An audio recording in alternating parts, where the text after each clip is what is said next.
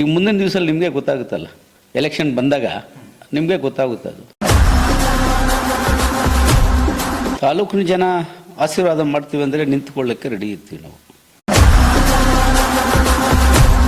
Contest ಮಾಡ್ತೀನಿ, ಜನ ಅಭಿಪ್ರಾಯ ತಗೊಂಡು ಜನ ಆಶೀರ್ವಾದ ಇದ್ದರೆ ನಾನು ಕಂಟೆಸ್ಟ್ ಮಾಡ್ತೀನಿ. ಒಂದೊಂದ್ಸಲಿ ಒಬ್ರು ಬಂದಾಗ ಅದು ಗೊತ್ತಾಗಲ್ಲ.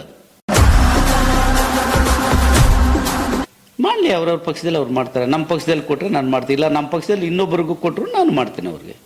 నాన్న పొందులే గుంపులుగా వస్తాయి, సింహం సింగల్గా అంతా. ఇక ఒకడు మంచి కోరి మా వైపు అడుగేస్తే 10 అడుగులు ముందుకేస్తాం, చెడు కోరి అడుగేస్తే 100 ಅಡುಗುలు ಎದುರొస్తాం. ನಮ್ಮ ಅಣ್ಣ ಸಿಂಹಂ ಸಿಂಗಲ್ ಆಗೇ ಇರ್ತಾರೆ. ಎಷ್ಟೇ ಗುಂಪುಗಳು ಕಟ್ಕೊಂಡು ಬಂದ್ರು ನಮ್ಮ ಅಣ್ಣ ಒಬ್ಬರೇ ಸಿಂಗಲ್ ಆಗಿ ಸಿಂಹ ತರನೇ ಇರ್ತಾರೆ. ఒకడు నాకు ఎదురొచ్చిన వాడికే రిస్క్, నేను ఒకడికి ఎదురెళ్ళిన వాడికే ರಿಸ್ಕ್. ತೊಕ್ಕಿ ಪಡಾಸ್ತಾ. ನಾನು ಯಾರಿಗೂ ತೊಂದರೆ ಮಾಡೋದಿಲ್ಲ, ನನಗೆ ತೊಂದರೆ ಮಾಡಿದ್ರೆ ಬಿಡೋದಿಲ್ಲ. ಇದು ಆನಂದ್ ರೆಡ್ಡಿ ಅವರ ಸಿದ್ಧಾಂತ. ಚುನಾವಣೆ ಬರಲಿ, ನಾವು ಏನೋದನ್ನು ತೋರಿಸ್ತೇವೆ. ಮುಳಬಾಗಿಲು ಕ್ಷೇತ್ರದಲ್ಲಿ ಮೀಸಲಾತಿ ಇದ್ರೆ 2ನೇ ಬಾರಿ JDSನ ಗೆಲ್ಲಿಸಿ ಇತಿಹಾಸ ದಾಖಲೆ ಮಾಡ್ತೀವಿ. ಇದೇ ಕ್ಷೇತ್ರಕ್ಕೆ ಜನರಲ್ ಬಂದ್ರೆ ಜನರ ಆಶೀರ್ವಾದದಿಂದ ನಾನು ಚುನಾವಣೆ ನಿಲ್ಲಕ್ಕೂ ಸಿದ್ಧ, ಗೆಲ್ಲಕ್ಕೂ ಸಿದ್ಧ.